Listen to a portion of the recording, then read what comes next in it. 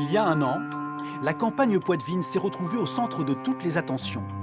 Au nord de la Vienne, à Massogne, 269 habitants, Jean-Jacques Dussoul, le maire, apprenait comme ses administrés que l'eau prélevée sur sa commune dépassait largement les normes habituellement admises. Je viens vous voir au sujet de l'eau. De l'eau. De l'eau.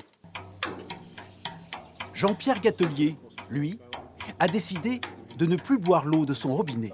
Pour moi, c'est plus sûr, hein, vu ce qui s'est passé dans notre région là, il n'y a pas longtemps. Mais pour moi, l'eau de source, c'est ce qui est le meilleur. Il y en a qui se sont mis à la bouteille d'eau, il y en a qui continuent à boire l'eau du robinet, c'est mon cas personnel. Aujourd'hui, il y a les filtres à charbon qui sont installés depuis le mois d'avril et voilà, donc ça devrait revenir tout doucement à la normale.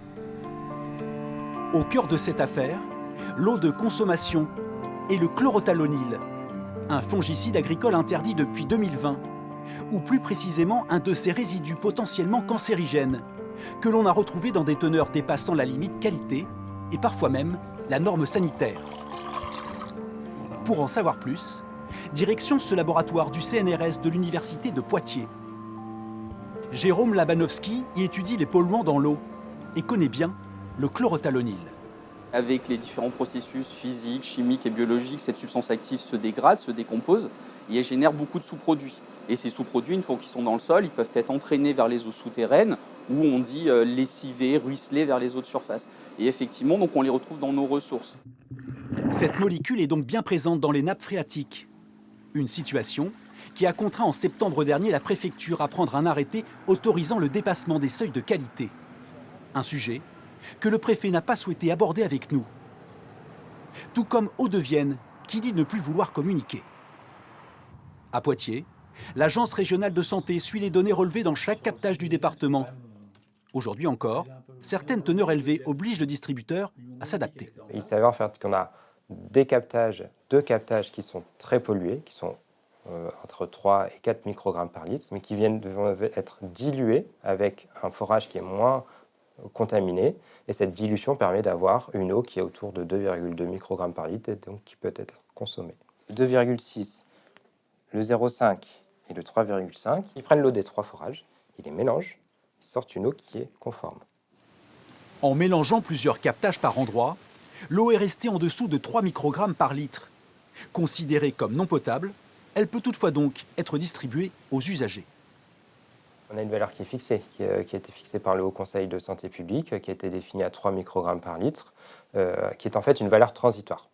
Qui est une valeur transitoire parce qu'on n'a pas l'ensemble des connaissances toxicologiques sur la molécule et donc qui vient essayer de préserver le plus possible le public sur la consommation de cette molécule. Face à la présence du chlorothalonil, certains usagers ont décidé eux aussi de s'adapter. En septembre, nous nous étions rendus dans cette maison de retraite de l'Encloître. 10 mois plus tard, les mesures de précaution ont été conservées.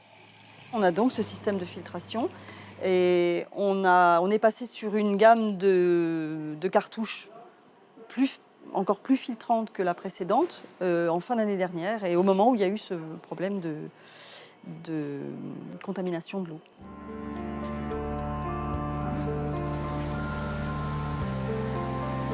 Dans les villes, les traces du fongicide se sont aussi invitées dans l'eau. À Poitiers, dans l'usine de traitement, le chlorothalonil est devenu un sujet de préoccupation majeure. Pour en venir à bout, l'utilisation du charbon actif a été largement augmentée. C'est du charbon actif en poudre qui va aller fixer la molécule qui est présente dans l'eau sur le grain de charbon actif pour l'éliminer ensuite de l'eau distribuée. En quelques mois, le surcoût lié à l'utilisation du charbon actif atteint plusieurs centaines de milliers d'euros. Mais la facture ne s'arrête pas là. On a aussi des coûts d'études et de travaux qui parfois se chiffrent à plusieurs millions d'euros pour pouvoir procéder aux techniques de mélange que l'on évoquait qui visent à créer de nouveaux tuyaux, créer de nouvelles installations de pompage et de mélange entre les différentes ressources en eau qui vont avoir des concentrations variables d'une ressource à une autre sur cette molécule. Aujourd'hui, on a déjà anticipé, parce que ce traitement, on le fait déjà depuis l'année dernière, des hausses de la facture d'eau déjà cette année. Retour à Massogne, la zone la plus sensible du département. Sur ce captage, en avril, Hauts-de-Vienne a été contrainte d'installer une unité mobile de purification. Sur le terrain, les associations environnementales, elles aussi, sont mobilisées depuis un an. Le financement de ces usines, on va le retrouver dans nos factures d'eau. Ce qui va faire qu'en conséquence, ce sont les moins riches, les plus en difficulté, qui vont devoir, encore une fois, avoir à payer la dépollution des eaux alors qu'ils n'y sont pour rien. C'est l'inertie de l'État qui laisse se débrouiller Haute-Vienne et Grand Poitiers qui sont réduits à essayer de trouver des solutions. Et cette contamination ne se limite pas à la Vienne. Dans les Deux-Sèvres, en février, la Fiédelois, 40 millions de bouteilles d'eau de source par an, a été contrainte d'interrompre son activité à cause du chlorothalonil. Près de La Rochelle, les captages de la plaine de Nice ont été fermés et l'eau remplacée par celle de la Charente. Pointées du doigt, certaines pratiques dans nos champs. Des méthodes que Philippe Tabarin, président de la Chambre d'agriculture, défend, faute d'alternative.